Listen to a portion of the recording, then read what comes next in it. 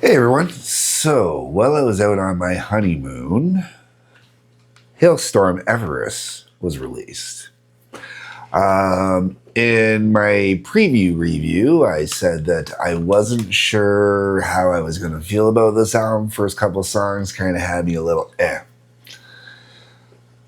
This is one of those albums that gets better with repeat listenings. I will be completely honest, the first listen on it I kind of went, meh, eh, yeah, one or two songs. And then after a few repeat listenings and whatnot, it's growing on me. It's growing on me. Now, to me, though, if I have to listen to an album a bunch of times for it to grow on me, that tells me that it could be a good album, but it's definitely not going to be a 10 out of 10 to start with. I think the artwork's cool. I like a lot of the lyrical content that's on this album. And some of the lyrical content just makes me go, meh. I think this album suffers from trying to go too metal. One would argue that Halestorm is hard rock. I would be one to say that is valid, at least for the first few albums. And this album feels a lot more metal, or trying to be a lot more metal, while still being hard rock. Like, it's got all the sound on it, the instrumentation, the riffs, stuff like that. It's got a lot of hard rock sensibilities. But at the same time, it's got all the rapid changes and the blistering riffs and stuff like that you find in a more metally kind of vibe. Imagine if Metallica's And Justice for All had been produced by Bob Rock. That's kind of how this feels to me. Which you could take as a huge compliment, realistically. I did look at the production credits in here, and I thought it was funny how much different production there was on just the vocals. Like, half the tracks had completely separate production for the vocals, or separate production credits for the vocals, which I thought was hilarious. All right, so I'm just going to get into the tracks at this point. The album opens up with Fallen Star, which it opens up the album decently. It lets you know what you're in for on the album. Very melodic song, a little more chill in a lot of ways. Then we're on to Everest, album's title track. Another tune. It's a decent tune, but there's only one song on this entire album that to me really felt like a proper single. Like, could be a true blue, bring people in single, but it was the most... I'll get into it. We're not there yet. Okay, so after Everest, we get into Shiver. Shiver's not bad either, you know. Those three songs, they're ones that grew on me as I've listened to the album. They didn't catch me like they should have in the beginning. Like a Woman Can is the next song after that, and it is the most soulful,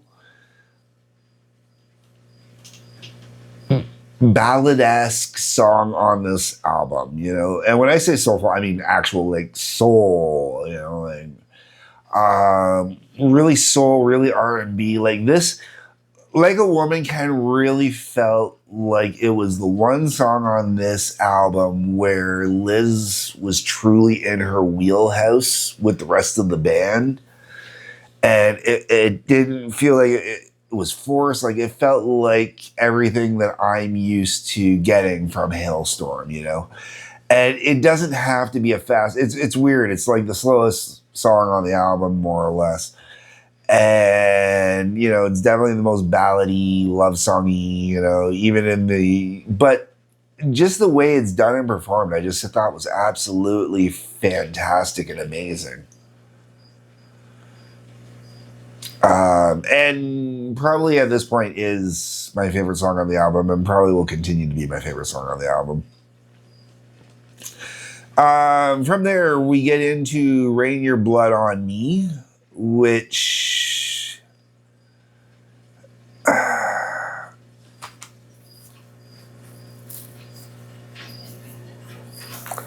it just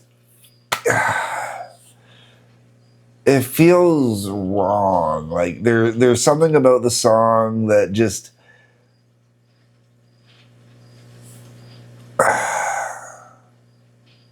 it's trying too hard to be too okay. Halestorm has a great heavy sound. This album has a great heavy sound. You know, you can hear the thick, the full, the heavy that's in there.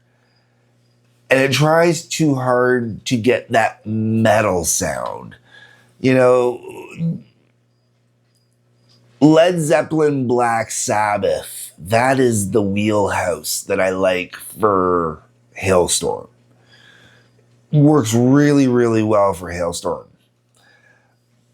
When they try doing thrash or getting in that thrash kind of zone, you know, because I'm thinking Slayer, I'm thinking a lot of this album reminds me a lot of And Justice for All or Ride the Lightning, Metallica wise. But the riffs aren't there like they are with Ride the Lightning.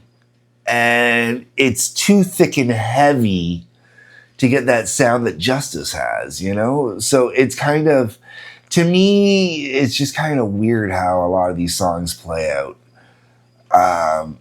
Because Darkness Always Wins should have been thicker and heavier than it was. Should have definitely made me feel more Sabbath-like. But that's not really what was going on. It was kind of weird. And it's Darkness Always Wins and follows up after Rain Your Blood on Me. I mean, Darkness Always Wins is definitely grown on me, but still just not as good as their previous stuff. Gather the Lambs was okay. Watch Out isn't bad. Broken Doll, I kind of forget about it. Killing is not bad, I guess. Then we get to I Gave You Everything, and this one really feels like Hole, man. Like this one's got a real Hole kind of vibe in it. Like the way she's sitting there screaming, "I gave you everything," really makes me think of Courtney Love, you know. And the better parts of Courtney Love in Hole, not the crappier parts. I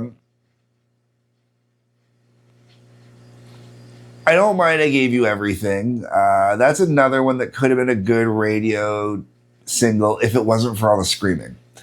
I'm going to say the screaming is the one thing that holds back I Gave You Everything from being a really good radio single. And then the album finishes off with How Will You Remember Me? Which, it's okay. I know I've downplayed a lot of the songs on this album. Like I said, I really do think that with a few listens, this is a really good album. It's got good riffs in it. It's got great lyrics. The lyrics are actually really, really good on this album. I know I don't talk about lyrics a whole hell of a lot, and I'm not going to get into the lyrics. I don't have the lyrics. All right, I get into the lyrics a little bit here.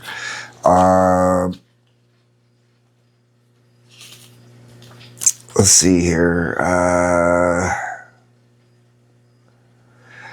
There's a lot of imagery in here. This is basically, I really feel like that Liz Hale had a breakup. I'm not going to get into lyrics. I really feel that Liz Hale had a breakup in here, and there's nothing wrong with that. There's nothing wrong with writing a good breakup album. I mean, Typo Negative released one of their best albums ever after a good breakup.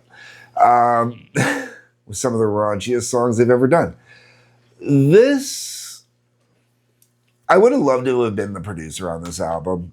Um, I would have really kind of pushed the band to not try and meddle as much as they meddled. Meddled. That's with a T, not a double D. Um,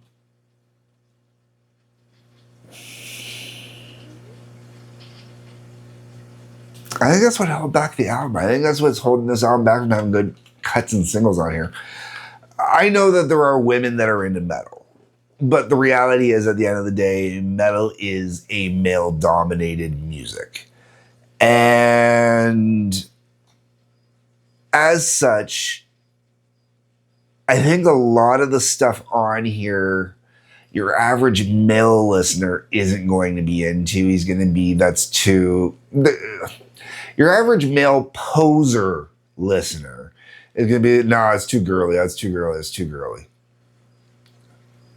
I don't think so. I think it's only going to seem like it's girly because it's being sung by a woman. My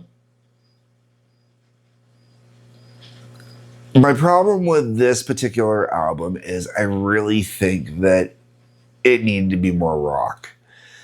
I really think it needed to have less of that metal edge because I don't think enough guys are willing to give Halestorm the chance. And there's not enough women out there that are giving Halestorm the chance either.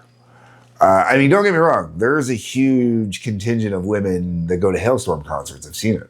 Loved it. But, and of all age ranges too, you know, like, you got the ones that, you know, I'm not a creepy old man, so I ain't looking at them. All the way up to when I went to the concert, I went with a woman that was actually 4 years older than me at the time, 4 or 5 years older than me at the time. So, you know, great range, great demographic. That's how good Halestorm is. You know, they can transverse the gaps. But this album, I think she'll hold the metalier chicks. But I think the ones that came in kind of more on the rock side, she might lose. I really do. I think the last two albums have kind of changed the directions for Halestorm. And while I'm going to continue to be a fan and I'll continue to buy the albums, I'm kind of at a point where I don't know how much more is going to be a priority for me to get the new album when it comes out, like it used to be a priority. You know, like I went through that phase too. Manson, I did the same thing with Manson. For a while there, Manson stopped being a priority to get as soon as the album came out because there was a couple albums that just put me off. So it'd be like, I'll wait and see how it goes. You know, I did the same thing with Ozzy too. It's just some bands are like that, you know, they hit that period where like this is, I want to blame the producer a little bit on this one. Maybe the producer should have put their foot down a little bit heavier on this. Who produced this album? Okay. Dave Cobb was the overall producer on this album. And then there was on the Everest, the verses, Liz did the production on. Watch Out, the chorus, Liz did the production on. The vocal production on How Will You Remember Me was Joe Hottinger. Vocal production on Shiver was David Pittenger, and vocal production on Like a Woman was Nolan Ryan. I don't understand the reason behind that. I would be interested in that. That makes me wonder how much Liz actually worked with the band.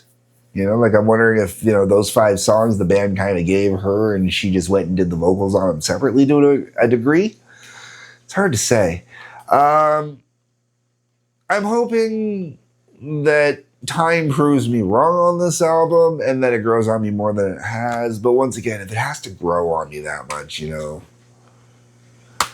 I don't know. Those are my thoughts, my views, my opinions. Let me know what you think down below, folks, in the comment section. Am I being too rough on this album? I might be being too rough on this album. I don't know. Maybe I'm being too easy on this album. I don't know. It's still better than the last one. The last one, I still not into like I was on this one. On your way down there, you'll see a couple links. Feel free to check those out, please. There's a like button, a subscribe button, a bell for notifications. If you can please hit those. I am trying to hit 200 before the end of the year. That would be awesome for subscribers.